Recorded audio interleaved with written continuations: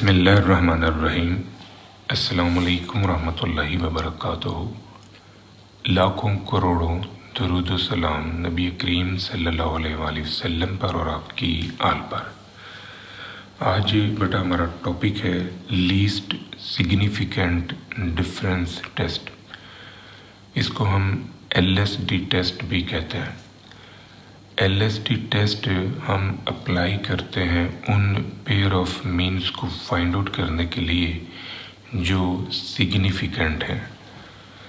सबसे पहले हम इस टॉपिक का टेस्टिंग प्रोसीजर डिस्कस करेंगे, उसके बाद फिर हम इससे रिलेटेड एक न्यूमेरिकल सॉल्व करेंगे। इसका जो टेस्टिंग प्रोसीजर है वो बेटा 5 स्टेप्स पर मुश्तमिल है। सबसे पहला स्टेप है कि आपका जो नल हाइपोथेसिस है अबाउट ट्रीटमेंट मीन वो रिजेक्ट होना चाहिए एट अल्फ़ा नॉट और अल्फ़ा 5%।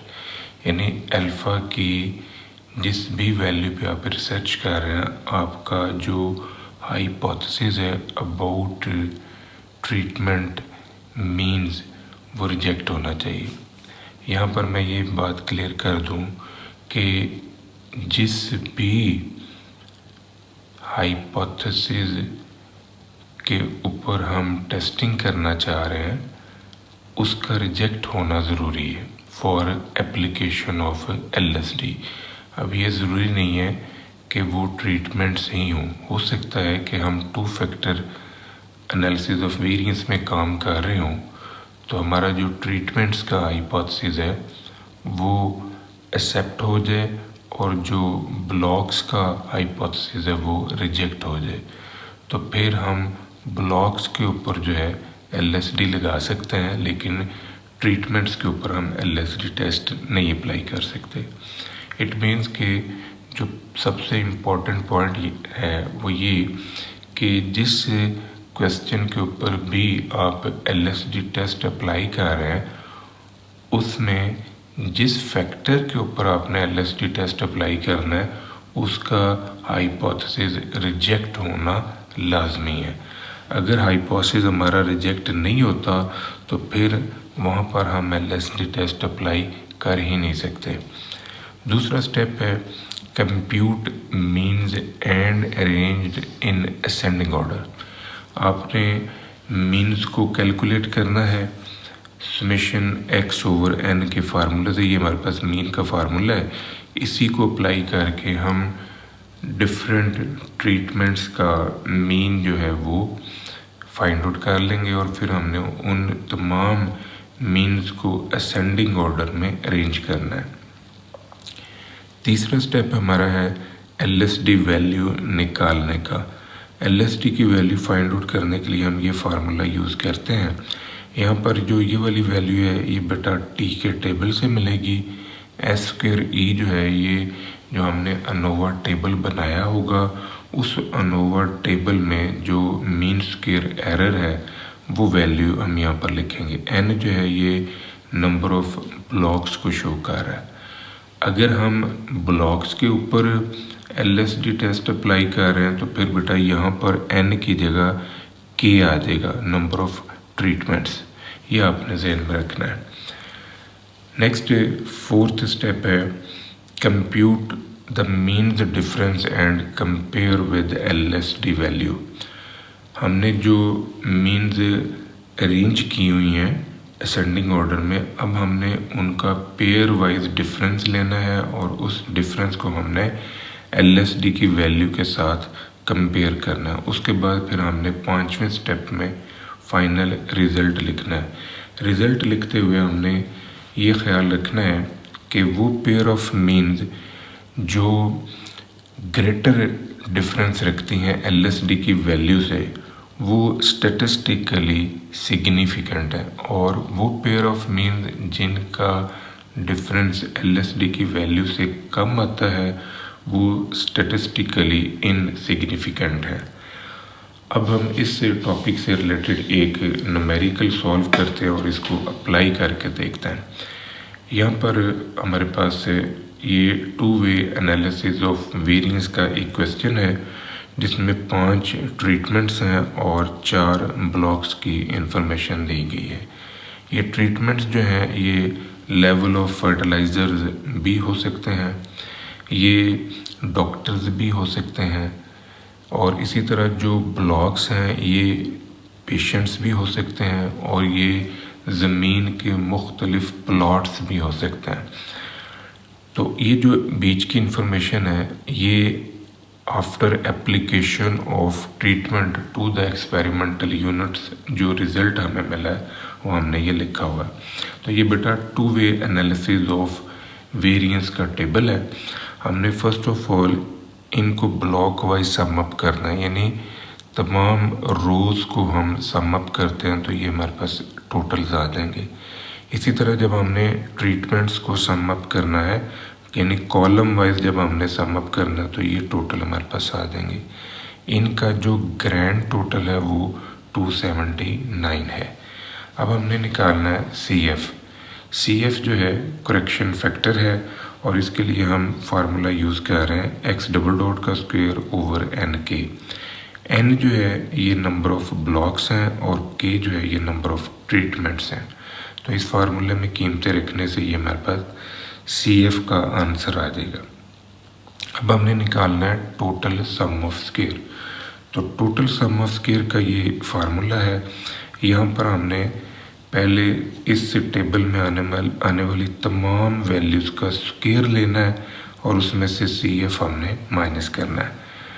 तो ये हमारे पास बेटा टोटल सम ऑफ स्क्वायर का न्यूमेरिकल आंसर आ जाएगा। इसी तरह SST है blocks sum of square, treatments sum of square. तो ट्रीटमेंट सम ऑफ स्क्वायर में हमने ये जो अनोवा टेबल में हमने टोटल लिए हुए ट्रीटमेंट्स के, इनका हम स्क्वायर लेंगे और ब्लॉक्स की तादाद पे तकसीम करेंगे, फिर हमने CF माइनस करना है।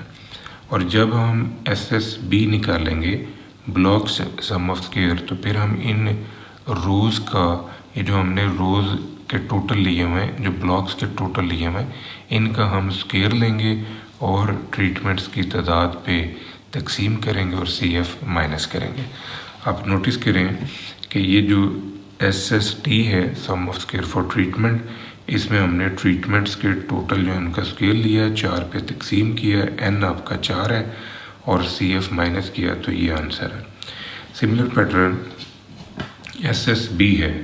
SSB में हमने जो ब्लॉक्स के टोटल लिए हैं, जो रोज़ के टोटल लिए हैं, उनका स्क्वायर लिया, नंबर ऑफ ट्रीटमेंट K पे तकसीम किया, CF माइनस किया, तो जो एंड रिज़ल्ट है वो ये है। SSC जो है टोटल में से sum of square for treatment और sum of square for error minus करने से ये हमारे पास रिज़ल्ट आ रहा है 21.1। अब चारों सोर्सेज ऑफ वेरिएशन जो है ये हमने निकाल ली हैं, जो 2 वे एनालिसिस ऑफ वेरिएंस में होती हैं। अब हमने आना है टेस्टिंग प्रोसीजर में। हम 2 वे नोवा में काम कर रहे हैं, 2 फैक्टर स्टडी है। तो यहाँ पर बेटा हमने 2 हाइपोथेसिस जो हैं वो बनाने हैं। एक हाइपोथेसिस हमारा होगा नंबर ऑफ ट्रीटमेंट्स के लिए, और एक हाइपोथेसिस हमारा होगा नंबर ऑफ ब्लॉक्स के लिए।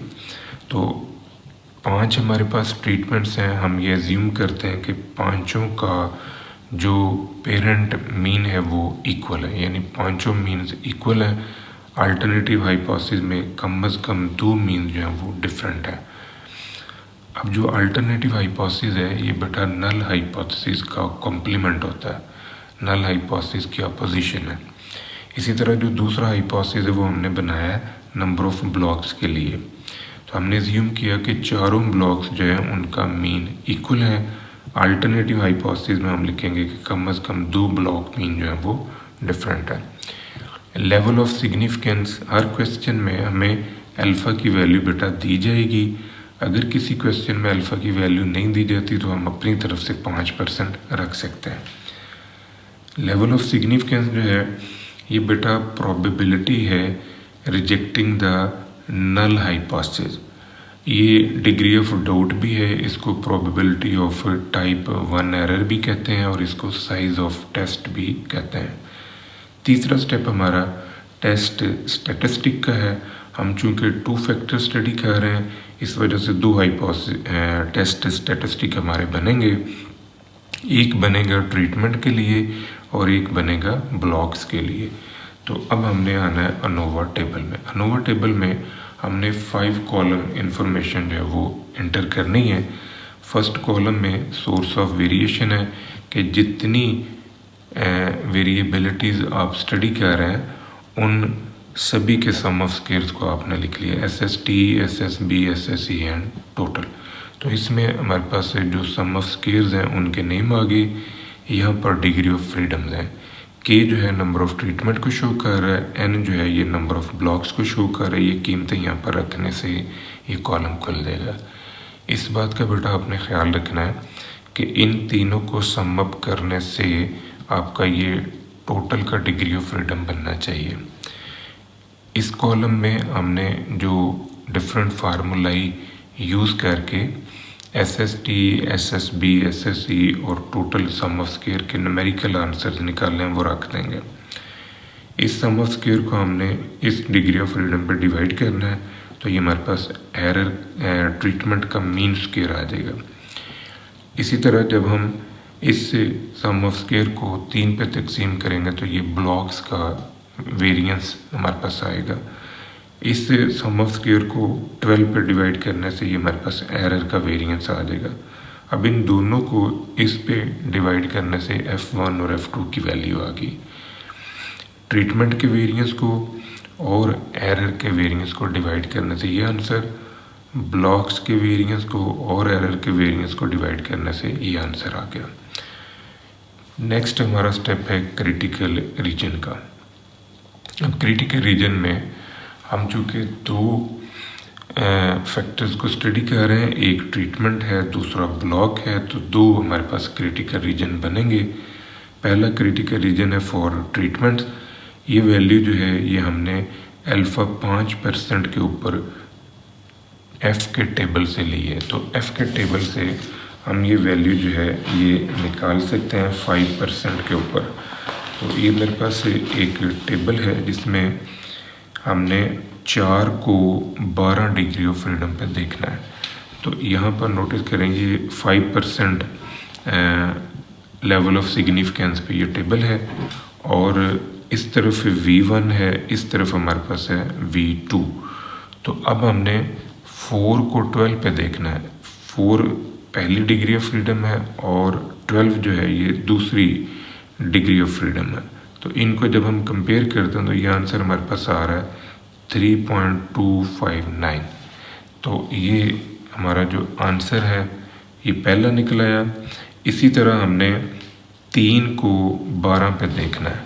तो जब हम 3 को 12 पे देखते हैं तो फिर हमारे पास आंसर आ रहा है 3.49। इसको राउंड ऑफ करके 3.5 भी लिखा जा सकता है। तो अब आप नोटिस करें कि ये जो हमने 2 F टेस्ट निकाले हैं, कैलकुलेटेड वैल्यू जो हमने निकाली हैं, इन दोनों को हमने कंपेयर करना है। जो पहला F1 है उस वैल्यू को जब हम इस टेबल की वैल्यू से कंपेयर करते हैं तो हमारे पास जो F1 का आंसर है वो 5.076 है, जो कि इससे बड़ा है, टेबल की वैल्यू से बड़ा है। तो हमारा जो नल हाइपोथेसिस है वो रिजेक्ट हो गया about treatment means. It means है कि F1 की वैल्यू जो है वो क्रिटिकल रीजन में आई। क्रिटिकल रीजन में आने से हम अपने नल हाइपोथेसिस को रिजेक्ट कर रहे हैं। सिमिलर पैटर्न जो हमारा F2 है, F2 का आंसर 5.337 है, जो कि इससे बड़ा है। तो F2 भी हमारा क्रिटिकल रीजन में आ गया। तो हम F2 के क्रिटिकल रीजन में आने की वजह से नल हाइपोथेसिस को रिजेक्ट करेंगे जो हमने ब्लॉक्स के लिए बनाया हुआ है। इसका मतलब है कि सभी ब्लॉक मीन जो है वो इक्वल नहीं है। तो हमारे दोनों हाइपोथेसिस जो हैं वो रिजेक्ट हो गए। हम दोनों ट्रीटमेंट्स और ब्लॉक्स के ऊपर LSD टेस्ट जो है वो अप्लाई कर सकते हैं। इट मीन्स कि हम ब्लॉक्स के ऊपर भी LSD टेस्ट अप्लाई करके ब्लॉक मीन जो डिफरेंट हैं और जो सेम है वो निकाल सकते हैं, और हम ट्रीटमेंट्स के ऊपर भी LSD टेस्ट अप्लाई करके जो पेयर ऑफ मीन्स सेम है और जो पेयर ऑफ मीन्स डिफरेंट है वो निकाल सकता है। अब हमने आना है LSD टेस्ट की एप्लीकेशन के ऊपर। तो LSD टेस्ट की एप्लीकेशन का जो पहला स्टेप है वो हमारा क्लियर हो चुका है कि हमारा हाइपोथेसिस जो है वो रिजेक्ट हो गया है। यहाँ पर बेटा मैं जो LSD टेस्ट अप्लाई कर रहा हूँ वो मैं ट्रीटमेंट्स पे कर रहा हूँ। तो मैंने ये मीन निकालनी है समेशन x/n से पांचों जो ट्रीटमेंट्स हैं उनके टोटल्स को मैंने नंबर ऑफ़ वैल्यूज़ पे डिवाइड करके तो ये आंसर जो है ये निकाला है। यानी जो ट्रीटमेंट्स के टोटल हैं उनको मैंने नंबर ऑफ़ वैल्यूज़ पे डिवाइड किया तो ये आंसर हमारे पास आ गए। तीसरा स्टेप हमारा इन मीन्स को हमने असेंडिंग ऑर्डर में लिखना है, सबसे छोटी उससे बड़ी उससे बड़ी उससे बड़ी और फिर उससे बड़ी। ये हमारा असेंडिंग ऑर्डर में मीन्स का आंसर जो है वो डिस्प्ले हो गया।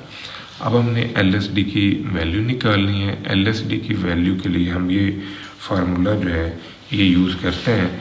यहाँ पर एक वैल्यू जो है वो हमें मिलेगी टेबल से, जो कि T के टेबल में हम देखेंगे, और ये जो S² है ये हमारे पास जो अनोवा टेबल में वेरिएंस है एरर का उसकी वैल्यू है। तो अनोवा टेबल में हमने ये वैल्यू निकाली है 1.758।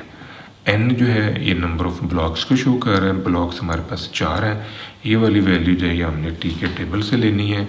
ये हमारे पास T का टेबल है तो 0.025 को हमने 12 पे देखना है तो ये आंसर आ रहा है 2.179। ये 0.25 और इधर से 12 डिग्री ऑफ फ्रीडम, तो ये आंसर हमारे पास आ गया 2.179।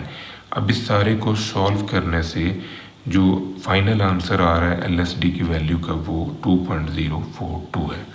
अब हमने तमाम जो मीन्स निकाली हैं जो हमने असेंडिंग ऑर्डर में लिखी हुई हैं उनके डिफरेंसेस को इस LSD की वैल्यू से कंपेयर करना है। ये इंपॉर्टेंट पॉइंट है, ये ज़रा तवज्जो से आपने सीखना है।